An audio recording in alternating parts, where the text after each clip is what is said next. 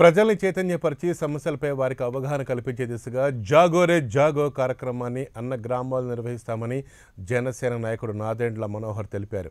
గుంటూరు జిల్లా తెనాలిలో నిర్వహించిన మీడియా సమావేశంలో పాల్గొన్న మనోహర్ ప్రభుత్వం అందిస్తున్న సంక్షేమ పథకాలు ప్రజలకు చేరటం లేదని విరుచుకుపడ్డారు.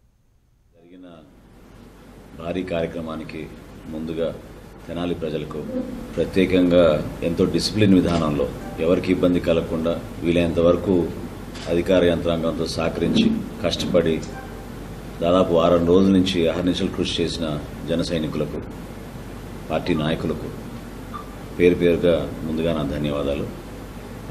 బహుశా తెనాలి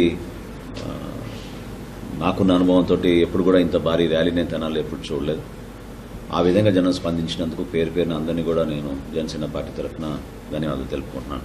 పవన్ కళ్యాణ్ గారు చాలా స్పష్టంగా నిన్న ఆయన మాటలు చెప్పారు.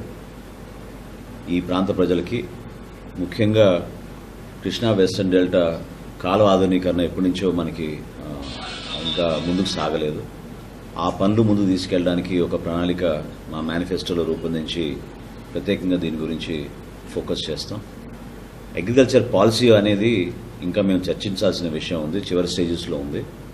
దాన్ని కూడా పెద్దలందరూ కూర్చొని చర్చించి మేనిఫెస్టోలో ఆ అగ్రికల్చర్ పాలసీని కూడా తీసుకొచ్చి రైతాంగానికి ఒక భరోసా ఇస్తూ భావితరాలని కూడా యువత ప్రత్యేకంగా వలసలకు వెళ్ళిపోతున్న తరుణంలో గ్రామీణ ప్రాంతాల్లోనే నివసించి ఈ రైతాంగానికి, వ్యవసాయానికి మనందరం కూడా ప్రభుత్వం నుంచి ఈ విధంగా స్పందన ఉంటుంది, ఈ విధంగా అయినా భరోసా ఉంటుంది అనేది ఒక భావన కల్పిస్తే తప్పకుండా వాళ్ళందరూ కూడా గ్రామాల్లోనే ఉండి మరి వ్యవసాయాన్ని కాపాడతారని మేము భావించుకుంటూ ఒక కొత్త పాలసీ పవన్ కళ్యాణ్